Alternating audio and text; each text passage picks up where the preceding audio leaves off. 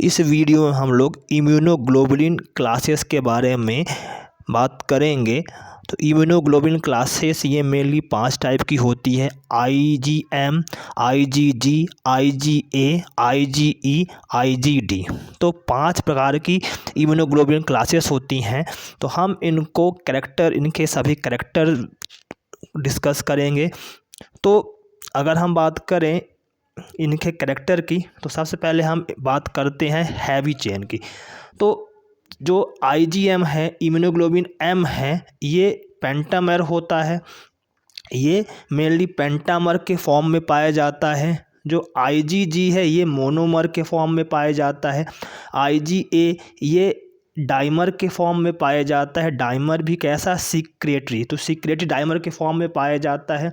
IgE ये भी monomer के फॉर्म में पाया जाता है और IgD ये भी मोनोमर के फॉर्म में पाया जाता है। तो IgM पेंटामर है, IgA डाइमर है और IgG, IgE और IgD ये तीनों मोनोमर्फ के फॉर्म में पाए जाते हैं।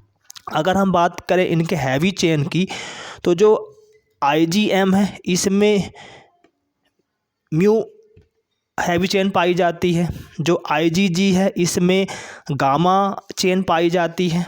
जबकि जो IgA है इसमें अल्फ़ा हैवी चेन पाई जाती है। जो IgE है इसमें एप्सॉन हैवी चेन पाई जाती है और जो IgD है इसमें सिग्मा हैवी चेन पाई जाती है। तो IgM में म्यू, IgG में गामा, IgE में अल्फ़ा, IgE में एप्सॉन और IgD में सिग्मा हैवी चेन पाई जाती है।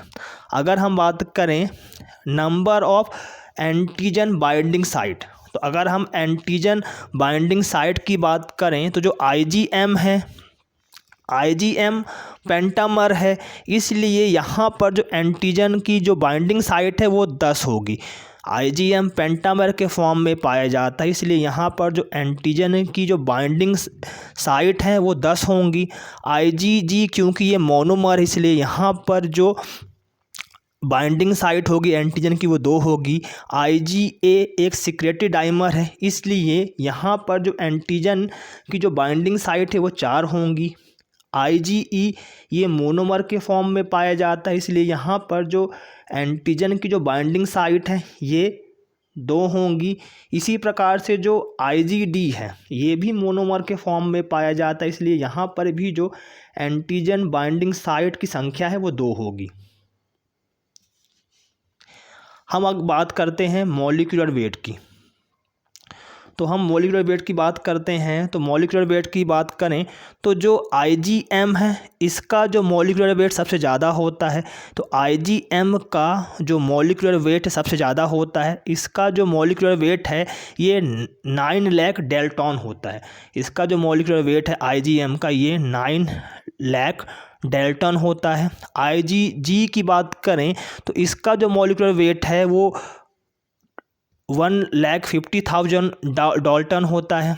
IgA की बात करें तो इसका जो मॉलिक्यूलर वेट है ये होता है 3,85,000। और जो IgE है, तो IgE का जो मॉलिक्यूलर वेट है ये 2 लाख डेल्टन होता है। जो IgE है इसका जो मॉलिक्यूलर वेट है वो 1,80,000 होता है। तो सबसे ज़्यादा अगर मॉलिक्यूलर वेट की बात करें तो वो होता है IgM का। सबसे ज़्यादा जो मॉलिक्यूलर वेट है वो IgM का होता है। और सबसे कम की बात करें तो ये होता है IgG का। तो सबसे ज़्यादा अगर मॉलिक्यूलर वेट की बात करें तो ये होता है IgM का। सबसे कम की बात करें तो ये होता है IgG का। अब हम बात करते हैं आगे परसेंटेज ऑफ टोटल एंटीबॉडी। अगर हम बात करें कि परसेंटेज कितना है टोटल एंटीबॉडी का सीरम में, तो अगर हम बात करें IgM की, तो इसमें जो परसेंटेज है एंटीबॉडी का वो होता है 6%। अगर हम बात करें आईजीजी की तो यहाँ पर जो परसेंटेज है टोटल एंटीबॉडी का सीरम में ये होता है 80%। और अगर हम बात करें आईजीए में तो यहाँ पर जो एंटीबॉडी का परसेंटेज है ये 13% है।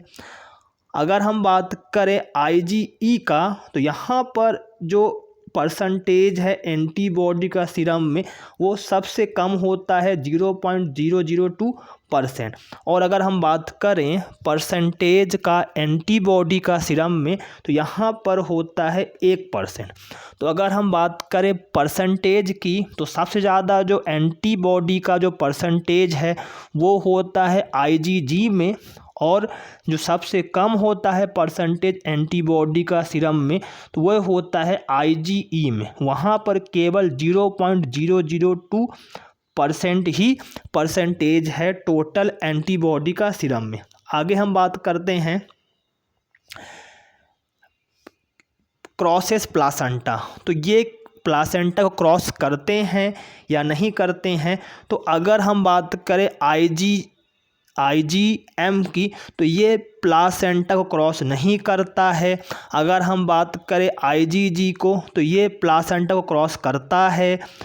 और अगर हम बात करें आईजीए को तो ये प्लासेंटा को क्रॉस नहीं करता। इसी प्रकार से आईजीई ये भी प्लासेंटा को क्रॉस नहीं करता। और जो आईजीडी है ये भी प्लासेंटा को क्रॉस नहीं करता।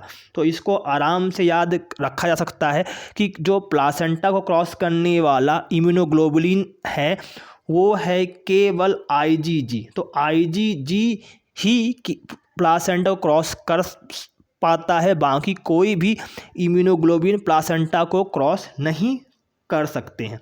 आगे हम बात करते हैं कॉम्प्लीमेंट की।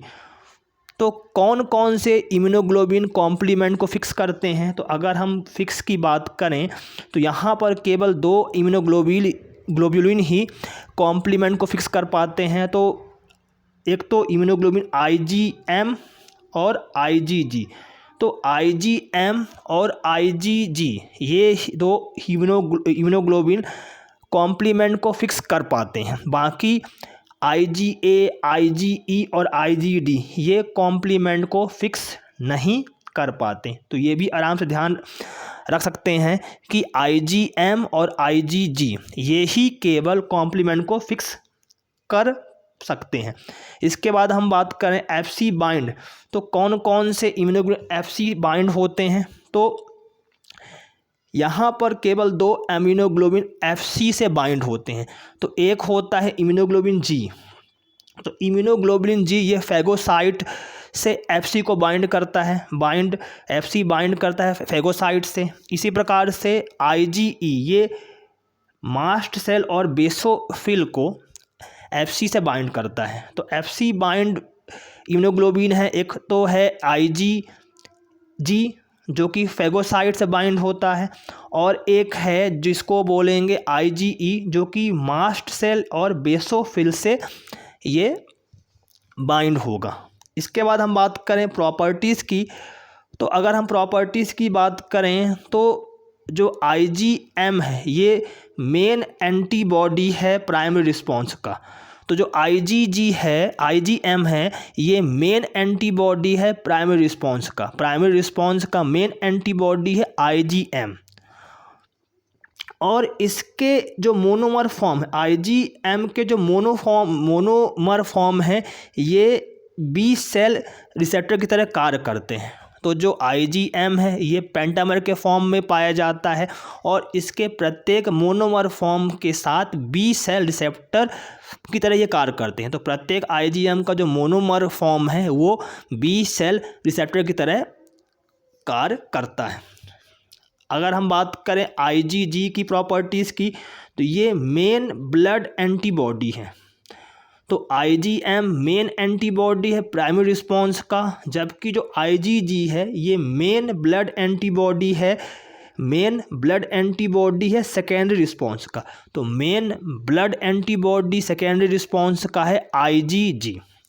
अगर हम बात करें आईजीए की तो ये क्योंकि ये सिक्रेटरी इम्यूनोग्लोबिन है तो ये सीक्रेट होता है म्यूकस से, टीयर से, सलाइवा से और कोलोस्ट्रम से। तो कोलोस्ट्रम ये मिल्क, ब्रेस्ट मिल्क से ये सीक्रेट होता है। तो ये जो IgE है, IgA है, ये म्यूकस से सीक्रेट होता है, टीयर्स से सीक्रेट होता है, सलाइवा से सीक्रेट होता है और कोलोस्ट्रम से सीक्रेट होता है।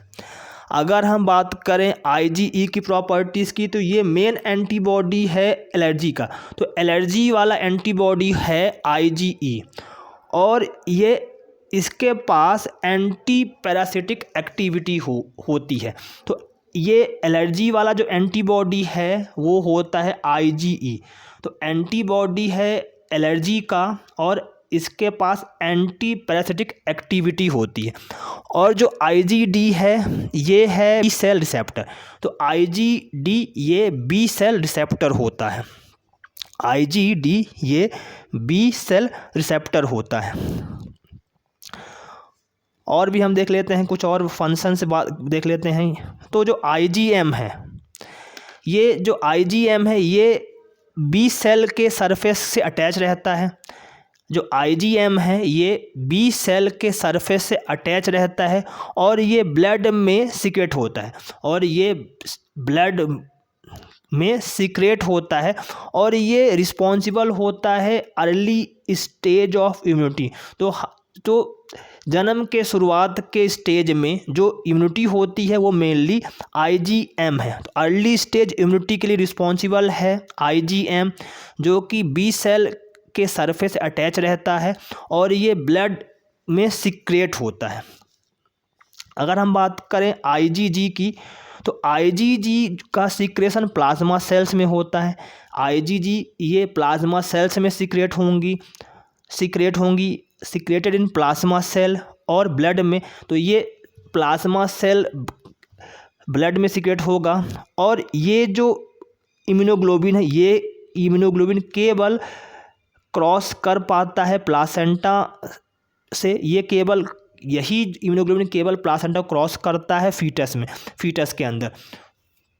तो ये प्लासेंटा को क्रॉस करने वाला इम्यूनोग्लोबुलिन है। IgE की बात करें तो ये जितने भी पैरासिटिक वॉर्म्स हैं उससे हमें सुरक्षा देता है। तो ये क्या करता है, प्रोटेक्ट करता है पैरासिटिक वॉर्म से और ये रिस्पॉन्सिबल होता है एलर्जिक रिएक्शन। तो जितनी भी एलर्जिक रिएक्शन होती है बॉडी के अंदर उसके लिए जो हमें प्रोटेक्ट करता है उनसे, वो होता है IgE। अगर हम बात करें IgD की बात करें, इम्यूनोग्लोबिन D की बात करें, तो ये बी सेल रिसेप्टर का पार्ट है। ये पार्ट होता है बी सेल रिसेप्टर का और ये एक्टिवेट होता है बेसोफिल और मास्ट सेल से। तो IgD ये बी सेल रिसेप्टर का पार्ट होता है और ये बेसोफिल और मास्ट सेल से एक्टिवेट होता है। अगर हम बात करें IgA के, तो ये म्यूकस में फाउंड होता है। ये म्यूकस में फाउंड होगा, सलाइवा में फाउंड होता है, टीयर्स में, ब्रेस्ट मिल्क में, और ये हमें बहुत सारे पैथोजन से सुरक्षा प्रदान करता है। तो IgA ये म्यूकस में फाउंड होता है, सलाइवा, टीयर्स, ब्रेस्ट मिल्क, और ये हमें बहुत सारे पैथोजन से प्रोटेक्ट करता है। IgA को सीक्रेटरी इम्यूनोग्लोबुलिन भी कहा जाता है।